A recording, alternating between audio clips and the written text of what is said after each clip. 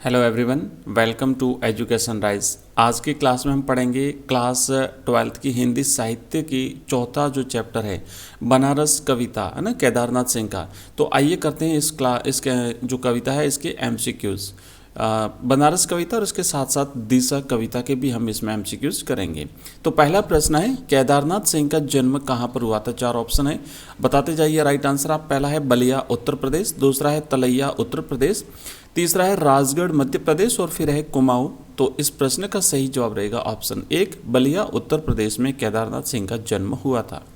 Next है दूसरा प्रश्न, निम्न में से कौन सा एक केदारनाथ सिंह का काव्य संग्रह है? ऑप्शन 1 है अभी बिल्कुल अभी, ऑप्शन 2 है जमीन पक रही है, ऑप्शन 3 है यहाँ से देखो और ऑप्शन 4 है उपर्युक्त सभी। तो इस प्रश्न का सही आंसर है ऑप्शन 4, ये सभी जो है वो केदारनाथ सिंह के काव्य संग्रह हैं। नेक्स्ट है तीसरा प्रश्न, निम्न में से किस कृति पर केदारनाथ सिंह को साहित्य अकादमी पुरस्कार 1989 प्राप्त हुआ था? ऑप्शन 1 है अकाल में सारस, ऑप्शन 2 है सारस में अकाल, ऑप्शन 3 है बाघ और ऑप्शन 4 है जमीन पक रही है।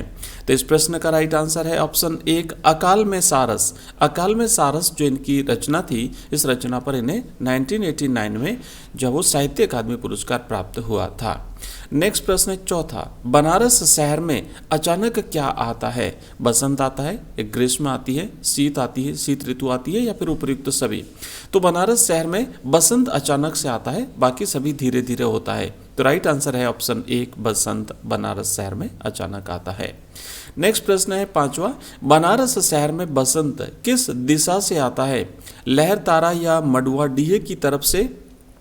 ऑप्शन 2 है पूर्व दिशा की तरफ से, ऑप्शन 3 है उत्तर दिशा की तरफ से और ऑप्शन 4 है उपर्युक्त सभी से। तो इस प्रश्न का सही आंसर है ऑप्शन 1, बसंत जो है वो लहर तारा या मडुआ डीह की तरफ से बनारस शहर में अचानक से आता है, और जब लहर तारा या मडुआ डीह की तरफ से बसंत आता है तो धूल का बवंडर उठता है। नेक्स्ट प्रश्न है छठा, बनारस में बसंत के आगमन पर क्या उठता है? धूल का एक बवंडर उठता है, फूलों का एक गुलदस्ता उड़ता है, पतंगे उड़ती है या उपर्युक्त में से कोई नहीं?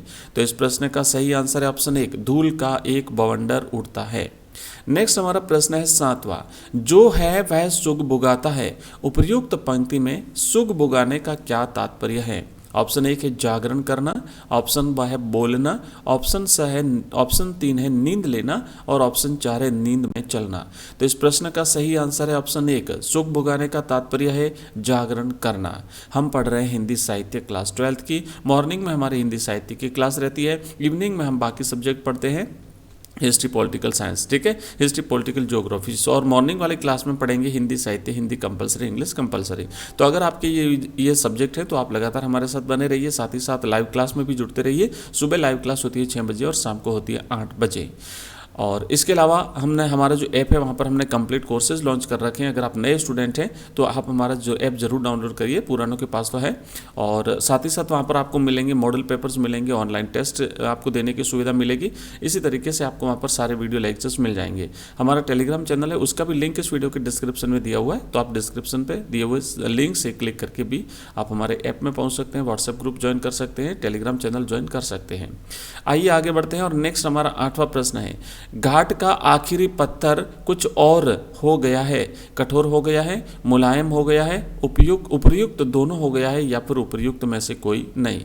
तो घाट का आखिरी पत्थर कुछ और मुलायम हो गया है, राइट आंसर है ऑप्शन 2। नेक्स्ट 9वां प्रश्न, एक अजीब सी चमक से भर उठा है भिखारियों के कटोरों का खालीपन, बनारस के बगीचे, गंगा के किनारे या फिर बनारस के घाट? तो एक अजीब सी चमक से भर उठा है भिखारियों के कटोरों का खालीपन, क्योंकि बसंत आने पर भिखारियों के कटोरों में भी, भिखारियों के जो कटोरे हैं वो भी भिक्षा से भर गए हैं। नेक्स्ट है 10वां प्रश्न, तुमने कभी देखा है खाली कटोरे में का उतरना? रिक्त स्थान।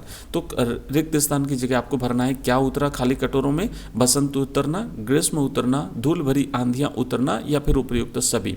तो इस प्रश्न का सही जवाब है ऑप्शन 1, बसंत का उतरना। कवि यहाँ पे कहता है कि क्या तुमने कभी देखा है खाली कटोरों में बसंत का उतरना? बसंत का उतरना से तात्पर्य है कटोरे भिक्षा से भर जाना। नेक्स्ट 11वां प्रश्न, इस शहर में धूल कैसे उड़ती है? धीरे धीरे, जल्दी जल्दी, उपर्युक्त दोनों या उपर्युक्त दोनों में से कोई नहीं? तो इस प्रश्न का सही जवाब रहेगा ऑप्शन 1, धूल जो है वो धीरे धीरे उड़ती है। खाली बवंडर है ना, धूल का बवंडर अचानक से उड़ता है, जैसे ही बसंत बनारस शहर में अचानक से आता है तो एक धूल का बवंडर उड़ता है, बाकी सारी चीज़ें धीरे धीरे होती है बनारस शहर में। नेक्स्ट है 12वां प्रश्न, बनारस शहर के मंदिरों के घंटे कैसे बजते हैं? धीरे धीरे, जल्दी जल्दी, उपयुक्त दोनों या उपयुक्त दोनों में से कोई नहीं? तो इस प्रश्न का जवाब भी है ऑप्शन 1, धीरे धीरे घंटे भी बजते हैं। नेक्स्ट प्रश्न है 13वां, हिमालय किधर है? कवि ने यह किस बच्चे से पूछा था? अब ये दूसरी जो कविता है दिशा कविता से लिया गया प्रश्न है। यहाँ पर कवि पूछता है एक बच्चे से कि हिमालय किधर है, तो कौन से बच्चे से पूछा था? स्कूल के बाहर खेलते हुए बच्चे से, स्कूल के बाहर पतंग उड़ा रहे बच्चे से, स्कूल के बाहर लड़ रहे बच्चे से, या फिर स्कूल के बाहर जाते हुए बच्चे से? तो इस प्रश्न का सही जवाब है ऑप्शन 2, स्कूल के बाहर पतंग उड़ा रहे बच्चे से जब कवि ने पूछा कि हिमालय किधर है तो बच्चे ने उस दिशा में इशारा किया जिस दिशा में उसकी पतंग उड़ी जा रही थी। राइट आंसर है ऑप्शन 2।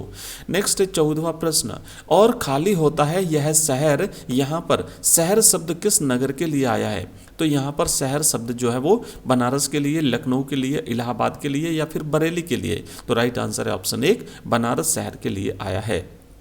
नेक्स्ट प्रश्न है 5वां, खाली कटोरे में बसंत का उतरना से क्या तात्पर्य है? कटोरों का भोजन से भर जाना, कटोरों का भीख से भर जाना, कटोरों का दुआओं से भर जाना, और ऑप्शन 4 है उपयुक्त सभी। इस प्रश्न का सही जवाब रहेगा ऑप्शन 2, कटोरों का भीख से भर जाना। तो बसंत ऋतु में कटोरे भिखारियों के कटोरे भी भीख से भर गए हैं, इसलिए कवि यहाँ पर कह रहा है कि उन कटोरों में भी बसंत उतर आया है। नेक्स्ट है 16वां प्रश्न, बनारस कविता में शहर का जीवन कैसे चलता है? धीमी गति से चलता है, तेज गति से चलता है, धीमी और तेज दोनों गति से चलता है, या फिर उपयुक्त में से कोई नहीं? तो इस प्रश्न का सही जवाब है ऑप्शन 1, धीमी गति से चलता है।